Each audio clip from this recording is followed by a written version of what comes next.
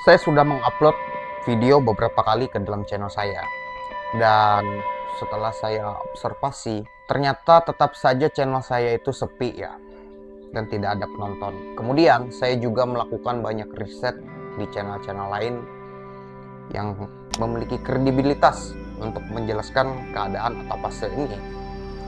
Saya menemukan video dari Netblack. Itu dia menjelaskan apa yang sebetulnya terjadi dengan channel-channel kecil yang ada saat ini. Bukan hanya itu ya, dia juga menjelaskan jika kita ingin keluar dari fase dimana kita mendapatkan sedikit views, kita itu harus memiliki strategi yang khusus.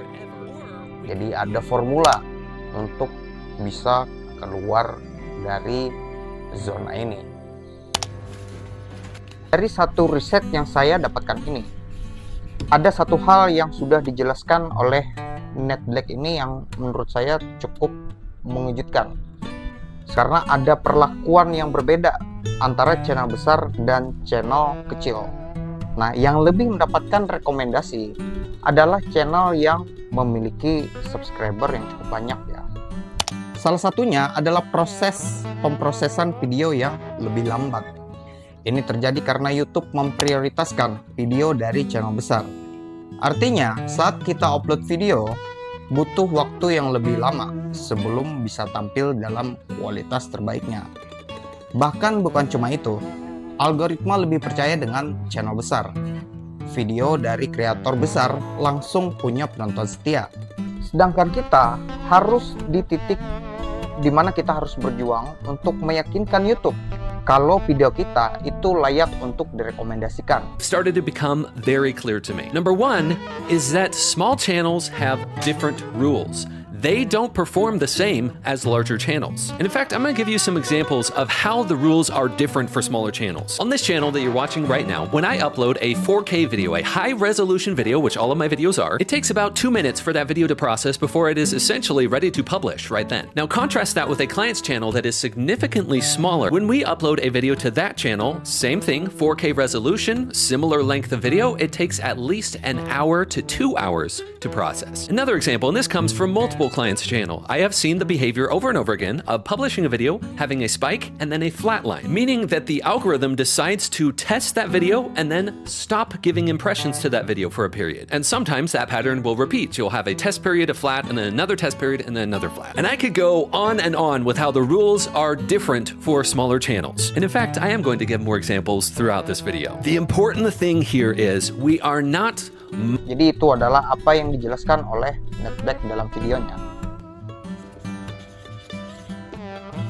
Jadi kalau memang channel kita itu sulit untuk mendapatkan perhatian, diakibatkan karena channel kita itu masih kecil, apa yang akan kita lakukan untuk mendapatkan sebuah perhatian? Dari penjelasan Netblack, ada beberapa strategi yang bisa dicoba. 1. Berikan YouTube lebih banyak data. Semakin banyak video yang kita buat, semakin besar kemungkinan algoritma mengenali channel kita. Konsisten dalam upload sangat penting. Rules that small channels have. We do it with this focused data. What we need to do here is give the algorithm, give the YouTube platform more data. And if you want a real human way to explain that, it's more videos. It's more content. No matter where you are with your small channel at this point, if you find ways to give more videos for the algorithm to test, it's almost always a positive thing. Kemudian yang kedua adalah jangan berharap perlakuan yang sama seperti channel besar. Channel kecil perlu strategi terarah agar bisa tumbuh. Ini berarti menentukan satu niche yang spesifik dan mendalaminya. Kemudian menganalisis performa video terbaik dan membuat konten serupa. Menggunakan format video yang lebih mudah diproduksi agar bisa konsisten. Kemudian dari strateginya yang ketiga, kita diminta untuk meminta feedback dari penonton yang sudah menonton kita. Entah itu dari pembuatan thumbnail, judul, atau cara kita membuat video. Jadi dari situ kita akan mendapatkan semacam masukan dari penonton kita sendiri. Jadi itu adalah 3 strategi yang sudah diberikan oleh Netblack agar kita bisa keluar dari zona itu. Pada kenyataannya banyak channel-channel kecil yang menyerah di fase ini ya, dan saya bisa memaklumi itu karena kita harus konsisten untuk mengupload dengan jangka waktu yang cukup panjang, karena di sini bukan hanya masalah kita bertemu dengan algoritma, tapi bertemu juga dengan orang yang menikmati video kita. Jadi ada ikatan emosional di situ, sehingga sulit sekali untuk kita bisa tetap bertahan di YouTube ini jika kita tidak bisa mengambil hati dari para penonton kita. Tapi ada satu fakta yang cukup menarik ya, jika sebetulnya channel-channel yang besar itu juga melewati fase ini sebelumnya. Mereka juga sepi views, sepi penonton, tidak ada yang komen, tidak ada yang like. Sudah capek-capek membuat video tapi tidak ada respon sama sekali dari audiensnya. Yang ada jangkauannya juga kecil juga ya. Nah, jadi channel besar yang selama ini kita lihat itu juga mengalami fase ini. Jadi kalau kamu ingat kenapa tidak ada views, tidak ada yang komen, tidak ada yang like, atau stuck,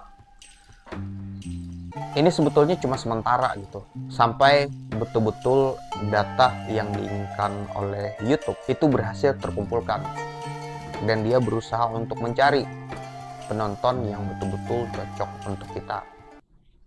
Nah, sebelum kamu memutuskan untuk berhenti membuat video YouTube, ada satu kalimat yang ingin saya bagikan ke kamu, bahwa tidak ada konten kreator yang gagal. Yang ada adalah konten kreator yang berhenti mengupload. Semoga kita diberi keberuntungan dan kesabaran untuk tetap bertahan di industri ini.